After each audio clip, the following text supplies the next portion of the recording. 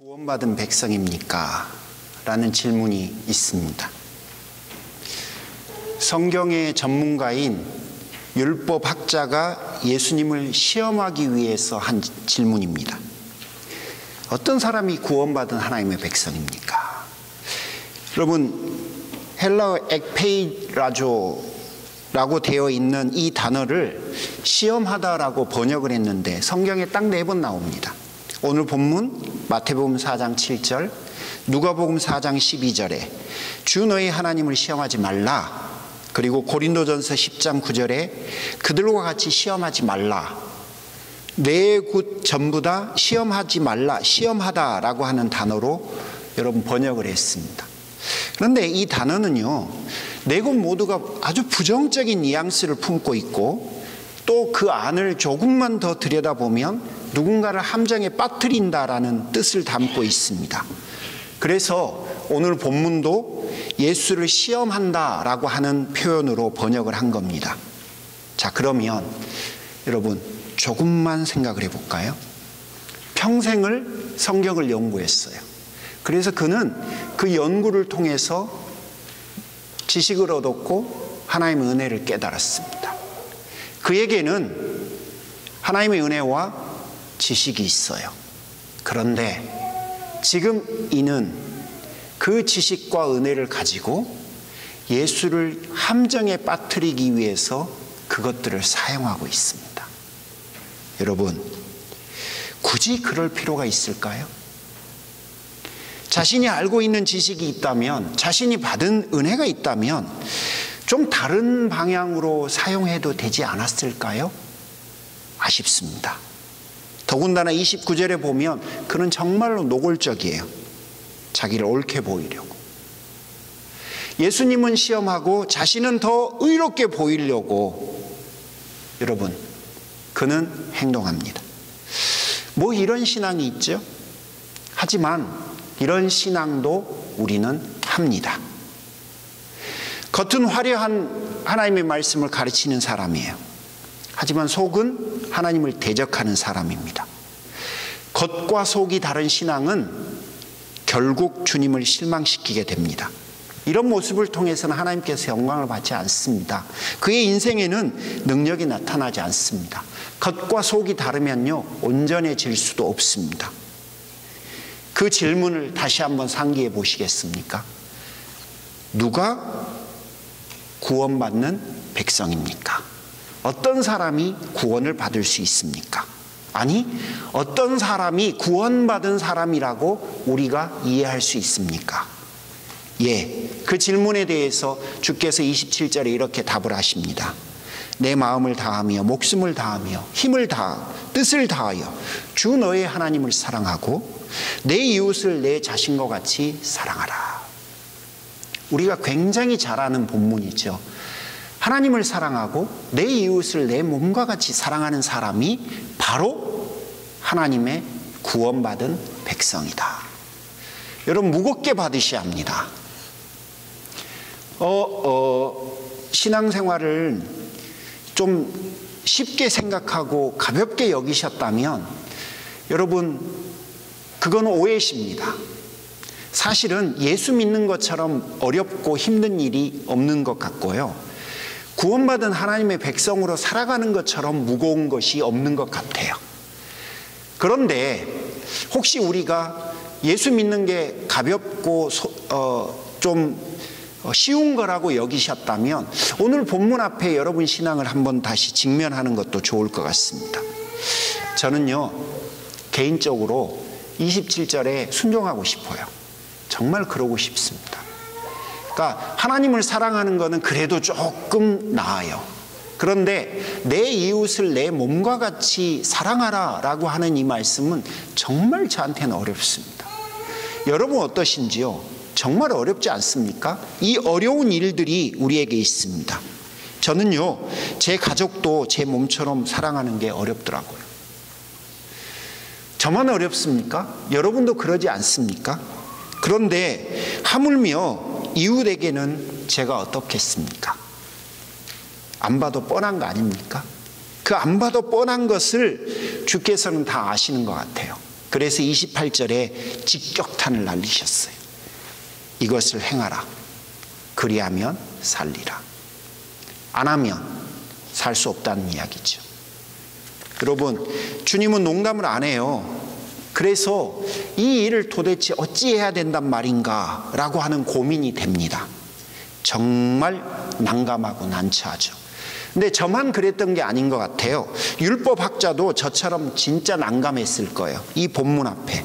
그래서 그는 새로운 질문으로 분위기를 바꿉니다. 뭐라고 묻냐? 저의 이웃이 누굽니까? 묻습니다. 여러분, 저의 이웃이 누굽니까? 라고 하는 이 질문에는요, 정말 복잡한 함수가 숨어 있어요. 그냥 이웃이 누군지 궁금해서가 아닙니다. 지금 이 율법학자가 가지고 있는 의도는 다른 뜻이 담겨져 있는데요, 이런 이야기예요. 제가 선을 베풀 만한 자격을 갖춘 사람이 누굽니까? 라고 묻는 겁니다. 다르게 표현하면요, 나의 호의를 받을 만한 자격을 갖고 있는 사람이 누굽니까? 그런 말입니다. 더 깊이 가면요, 예, 저도요, 호의를 베풀고 싶어요. 하지만 제 주변을 한번 둘러보시고 제 주변에 있는 사람들을 한번 살펴보세요. 제가 그렇게 호의를 베풀고 사랑할 만한 그런 자격을 갖추고 있는 사람은 제 주변에 없어요. 그런데 어떻게 저더러 그 사람에게 호의를 베풀라는 겁니까? 사랑을 베풀라는 겁니까? 라고 말하는 게 내 이웃이 누굽니까? 라는 말이에요. 치사하죠. 정말 치사하죠. 율법학자가 이렇게 치사했습니다. 정말 실망스럽지만 여러분, 더 놀라운 건 우리도 그런다는 거예요. 이 사람은 이래서 안 되고 저 사람은 저래서 안 되고 저 사람은 택도 없고. 여러분, 우리 그렇습니다. 그래서 나의 호의를 받을 만한 자격을 갖춘 사람이 내 주변에는 없다라고 나를 호의를 베풀지 않는 내 삶을 정당화시킵니다. 이웃이 누군지에 대한 주님의 설명이 비유를 통해서 30절부터 나갑니다. 예루살렘에서 여리고로 가던 사람이 강도를 만났습니다. 그 강도가 그의 옷을 벗기고 때려 거의 죽을 지경에 처했습니다. 여러분, 거의 죽을 지경이다라는 건 굉장히 심각한 상황이라는 걸 이야기합니다. 정말 심각한 상태예요. 그런데 31절, 마침 한 사람이 지나갑니다. 저는 그 마침이라고 하는 단어를 보며 안도의 한숨 같은 게 생겼습니다.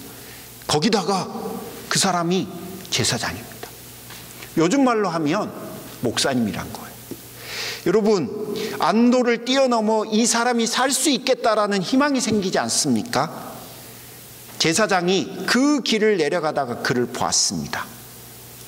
그런데 이거 웬일입니까? 보고 그냥 지나갑니다. 이유는 자기가 급한 일이 있기 때문이었어요. 정말 충격적이죠. 어떻게 이럴 수 있을까 싶은데 여러분, 그렇습니다. 목회자가, 제사장이 이웃을 이웃으로 선대하지 않습니다. 그나마 다행인 것은 어떤 사람이 또 이쪽으로 오고 있다는 거예요. 32절에 불행 중 다행이에요. 누구냐면 레위인이에요. 요즘 말로 표현하면 장로님이에요. 타락한 목사는 그렇다 치더라도 장로님은 좀 다르지 않을까요? 드디어 장로님께서 강도 만난 사람을 봤습니다. 하지만 그도 보고 눈을 돌리고 못 본 채 지나가 버립니다. 어떻게 목사님과 장로님이 이럴 수 있을까? 막 화가 막 치밀어 오르려고 하는 그 순간 새로운 인물이 보입니다. 33절에 어떤 사마리아 사람이. 그런데요, 그가 누구냐면 사마리아 사람입니다. 실망을 뛰어넘어서 기대할 게 없어요. 왜냐하면 사마리아 사람, 천대받고 무시당하던 사람 축에도 같이 대화의 자리에 찍려주지도 않았던 그런 인물인데 그에게 무슨 선한 게 나올 수 있을까라고 하는 생각이 듭니다. 그런데 그가 강도 만난 사람을 발견하고는 불쌍히 여기고 가까이 가서 기름과 포도주를 그 상처에다 붓고 싸매주고 자기 짐승에다 태워서 주막에 데리고 가서 돌보아 주었습니다.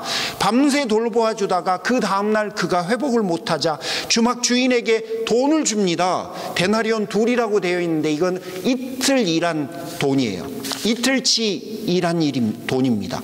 작은 돈이 아니죠. 그 돈을 내어주고 이 사람을 돌봐줘라. 혹시 비용이 더 들면 내가 돌아오는 길에 너한테 갚아주마라고 신신당부까지 합니다.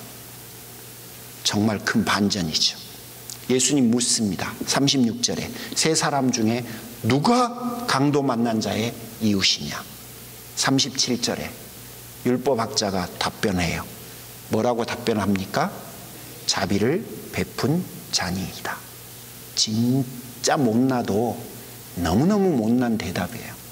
사마리아 사람입니다라고 말하는 게 자존심이 너무 상해요. 유대인으로서 자기들이 상종도 하지 않는, 사람 취급도 여기지 않는, 그들은 자기 동족도 아니고 하나님의 은혜는 그들에게서 떠났다라고 말하는, 그렇게 여기던 사마리아 사람이니까 사마리아 사람입니다라고 말도 못하고 애들로 바꿔서 자비를 베푼 자입니다 라고 표현합니다. 어떻게 이렇게 못날 수 있을까요? 정말 끝까지 못났어요. 그 못난 그를 향해서 주께서 말씀하십니다. 가서 너도 이와 같이 하라. 여러분, 오늘 본문은 우리가 너무 잘 알고 익숙한 본문이기 때문에 더 이상의 설명을 하지 않겠습니다. 하지만 두 문장을 붙들어 보랍니다. 첫 번째 문장은요, 누가 강도 만난 자의 이웃이 되겠느냐라는 36절이에요. 여러분, 저는 이 구절이 뒤통수 한 대를 딱 맞는 그런 느낌이었어요. 잘 보셔야 돼요. 누가 강도 만난 자의 이웃이냐라고 되어 있어요. 이건 무슨 말이냐면 누가 너의 이웃이냐라고 묻질 않았고요. 누가 그의 이웃이 되어 주었느냐라고 질문한 거예요. 아직 감이 안 오신 거예요? 누가 너의 이웃이냐가 아니라 너가 누구의 이웃이 되어 주었느냐라는 말이에요. 아우, 헷갈리게 만들었다. 다시.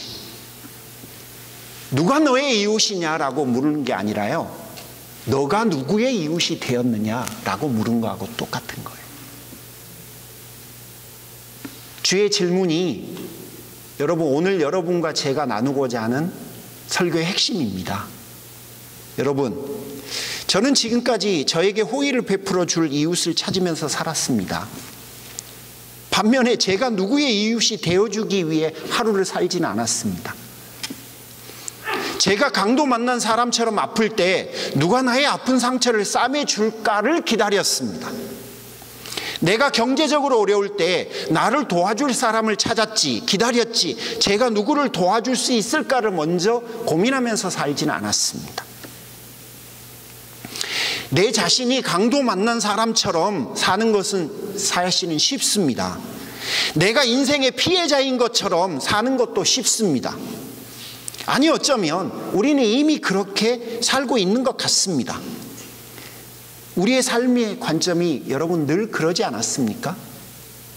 내가 강도 만난 사람이고 내가 피해자지, 내가 강도를 돌봐야 되는 사람이고 내가 누군가를 보살펴야 되는 관점에서 인생을 살아가지는 않지 않았나요? 어렵고 불편한 일이 만나면 이건 내가 아니라 다른 사람이 해결해야 한다고 생각하면서 살지 않았습니까? 도움과 관심이 필요할 때는 상대방의 상황이나 형편에 대해서는 아랑곳하지 않고 그 사람이 나에게 도움을 주지 않고 나의 필요를 채워지지 않으면 그것마저 서운해하지 않았습니까? 불만과 서운함으로 가득 찬 삶을 혹시 살아가고 있지 않습니까? 우리는 그렇게 살아가고 있어요. 그런데 28절을 보십시오. 이를 행하라. 그리하면 내가 살리라. 여러분, 오늘 본문의 주어는요, 사마리아 사람이 살리라가 아닙니다. 너가 이웃이 되어 주어라. 그러면 너가 살 거다라는 겁니다. 솔직히 나도 힘든데 누구를 도와줍니까? 그럴 여유가 없이 사는 게 우리 아닙니까? 하지만 날마다 누군가의 이웃이 되어주는 것이 내가 사는 길이라는 게 36절의 핵심이에요. 피 흘리는 이웃을 감싸주면서 내 상처도 함께 감싸지는 거고, 이웃의 고통을 달래면서 내 아픔도 함께 달래지는 거라는 게 오늘 본문의 핵심이에요. 그래서 오늘 본문은 우리에게 뭐라고 말을 하냐면, 오늘 너는 누구의 이웃이 되어줄 것인가를 묻습니다. 우리의 본성은 누가 나의 이웃이 되어주는지를 기다리는 건데, 성경은 우리에게 뭐라고 챌린지를 하냐면, 오늘 너는 누구의 이웃이 되어주었느냐라고 묻습니다. 답하셔야 해요. 주님, 저는 오늘 누구의 이웃이 되었습니다 라고 답을 해야 돼요. 왜냐하면 그렇게 해야 내가 살기 때문에 그렇습니다. 빅 챌린지죠. 지금까지 생각해보지 않았던, 그냥 누군가가 나를 도와주고 누군가의 도움이 나는 항상 절실히 필요한 그런 삶을 살아왔는데, 성경은 그게 아니라 너가 강도 만난 사람을 도와줄 자로 내가 보냈다는 거예요. 그래서 너가 오늘 누군가의 이웃으로 오늘 하루를 살았어야 한다는 겁니다. 심각해지죠. 저도 심각해집니다. 왜냐하면 목사라고 하는 직분 자체가 성도들의 수많은 호의를 받으면서 살아가는 그런 자리이기 때문에 제가 아주 심각해져요. 그리고 저는 익숙해요. 누군가가 저에게 호의를 베푸는 것에 대해서 매우 익숙하고 언젠가는 기다립니다. 그런데 성경은 말을 해요. 너가 누구의 이웃이 되었었느냐. 저만 그래요? 여러분도 마찬가지예요. 우리에게는 본능이 있어요. 본능. 내가 피해자라고 하는 코스프레를 우리는 본능적으로 해요. 당신이 나를 도와줘야 되고 당신이 나에게 호의를 베풀어야 한다고 우리는 항상 그렇게 생각해요. 그리고 기대해요. 그 기대가 채워지지 않으면 실망해요. 우리는 늘 그래요. 그 실망이 커지면 분노해요. 우리는 그렇게 살아와요. 그런데 오늘 본문이 우리에게 말을 해요. 너가 하나님의 백성이냐? 어떻게 구원받은 하나님의 백성이 될 수 있느냐? 어떻게 확인할 수 있느냐? 너가 오늘 누군가의 이웃이 되었는지를 보고 판단할 수 있다는 것. 무섭죠? 이게 신앙의 가볍지 않음이에요. 그러니 여러분, 제가 목사됨이 무겁고 두렵습니다. 여러분 신앙생활 하심이, 신앙인 됨이 이만큼 여러분 존귀하기도 하지만 사실은 그 부르심이 우리에게 소중하기도 하고 어렵기도 합니다. 두 번째 문장 하나, 37절에 너도 이와 같이 하라. 너도 이와 같이 하라. 안 하면 안 되는 거예요. 안 하면 안 되는 거예요. 하라는 거예요. 해야 한다는 겁니다. 이웃이 되어줄까가 아니라 이웃이 되어야 해요. 그래야 내가 살아요. 저는 오늘 본문을 묵상하면서 제 안에는 네 사람의 모습이 다 있다는 게 느껴졌어요. 어떤 때는 누군가를 두들겨 패고 있는 강도의 모습이 제 안에 있고요. 어떤 때는 누군가에게 두들겨 맞아 피를 흘리고 쓰러져 있는 제 모습도 있고요. 어떤 때는 사람들을 향해서 강도 만난 이웃을 외면하는 것처럼 냉정하게 대하는 제 모습도 있고요. 또 어떤 때는 반대로 강도 만난 이웃을 싸매주고 곱쳐주던 사마리아 사람의 모습도 제 삶 속에 있습니다. 네 개가 다 있어요. 네 개가 다. 그러다가 제가 어텐션했던 구절이 뭐냐면 33절에 뭐라고 돼 있냐면 어떤 사마리아 사람이라고 돼 있어요. 어떤이라고 돼 있어요. 어떤. 이 어떤이라고 하는 단어는 무슨 의미인 것 같냐면요. 제가 생각하기에 그냥 특별할 것이 없는 평범한 사람이라는 거예요. 그냥 평범한 사람을 어떤이라고 해요. 어떤. 그러니까 우리하고 똑같은, 저하고 똑같은 내 안에 네 개의 모습을 다 담고 있었던 그 사람도 그랬다는 거예요. 여러분, 그 사람도 나하고 똑같은 평범한 사람이었으니까 나도 가능하지 않겠어요? 날마다 강도 맞는 사람의 이웃이 되기로 결정하고, 그리고 그렇게 살아보면 나도 오늘 누가복음 10장의 주인공인 사마리아 사람과 같은 사람이 되어 있지 않을까요? 언젠가는. 여러분, 오늘 본문을 단 한 문장으로 여러분에게 이렇게 바꿉니다. 내가 오늘 사마리아 사람이 되라. 저는 개인적으로 설교에 대한 고민을 할 때 사실은 적용에 대해서는 회의적입니다. 왜냐하면 목사가 적용을 제안하는 몇 가지 때문에 여러분이 고민을 하지 않고 본문을 받으신다고 생각하는 염려가 있어요. 그러니까 본문을 묵상하지 않고 이렇게 하십시오만 생각을 해요. 근데 여러분, 본문을 소화시켜 갖고 내가 찾아가야 되거든, 길을. 그런데 제가 이렇게 하십시오라고 하는 것만 기억해 버리면 여러분, 본문은 온데간데 없어져 버려요. 그래서 저는 개인적으로 적용을 잘 안 해요. 하지만 오늘은 몇 가지를 제안을 좀 하겠습니다. 자, 첫 번째, 이웃이 되기 위해서 고뇌하는 첫 번째는 이런 거예요. 여러분, 솔직히 요즘 우리는 이해관계를 많이 집중해요. 그러니까 사람을 대할 때 이해관계를 가지고 사람을 만나요. 사랑의 관계를 같이 갖기를 두려워하고 꺼려합니다. 왠지 아세요? 불편하거든요. 부담스럽거든요. 그런데 이웃이 되어주는 오늘 하루를 사시려면요, 이해관계를 뛰어넘어서 사랑의 관계로 가야 돼요. 목사님, 요즘 현대인이 어떻게 그럽니까? 안 그러면 안 됩니다. 안 그러면 안 됩니다. 그래야 합니다. 여러분, 이해관계로만 얽히며 이해관계가 끝이 나면 끝이에요. 어렵더라도 사랑의 관계를 맺어야 돼. 그게 주께서 원하시는 거예요. 그러므로 마음을 여셔서 사랑의 관계로 가셔야 해요. 언제? 오늘 가셔야 합니다. 두 번째는요, 사마리아 사람처럼 좀 구체적으로 상대에 필요한 것을 채워야 될 필요가 있습니다. 나의 필요가 아니라 상대의 필요를 생각해야 된다는 거예요. 언제? 오늘이요. 카톡으로 한 문장 먼저 해주시고요, 식사도 같이 하면서 이야기도 들어주세요. 나를 위해서 그렇게 해주세요라고 하는 것도 좋지만 내가 먼저 하라는 거예요. 그러면서 나도 치유되고 회복되는 거니까요. 마지막 세 번째, 제가 되게 강조하는 사실은 철학입니다. 여러분, 끝까지 가야 되는 거예요. 끝까지. 끝까지 이웃이 되어줘야 되는 거예요. 상대와 나와의 관계를 10년의 세월을 통해서 맺었다면요, 그 상대와 내 관계가 끝나는 것도 10년은 적어도 걸려야 돼요. 그래야 여러분, 그게 진짜인 겁니다.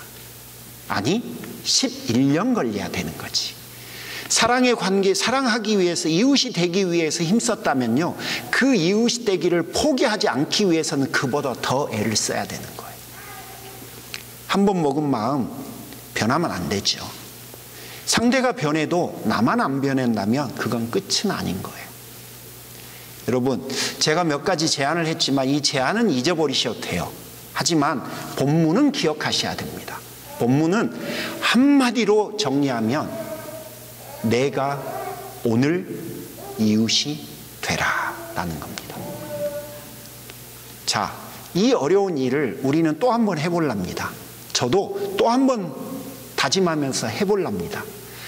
네가 이웃이 되어주세요가 아니라 내가 그의 이웃이 되는 겁니다. 내가 오늘 그 사람의 이웃이 되어주는 거예요. 자, 상대에 대한 불만과 상대에 대한 불편한 마음이 있으시다 하더라도 여러분, 그것을 이겨내는 이 어려운 일을 우리는 시작해야 돼요. 그래야 내가 하나님 나라 사람임이 증명되는 겁니다. 행하라. 그리하면 살리라. 잊으시면 안 돼요. 자, 오늘 내일 계속해서 이 어려운 것을 한번 해보시지 않겠습니까? 그러면 제가 여러분에게 반복적으로 말씀드리잖아요. 여러분 삶이 바뀌어요. 여러분 인생이 변합니다. 한번 해보세요. 주의 능력과 주의 은혜가 여러분 인생 가운데 함께 하실 줄 믿습니다. 기도하겠습니다. 여러분 저 뒤에 메이슨이 와 있는데 저 아이는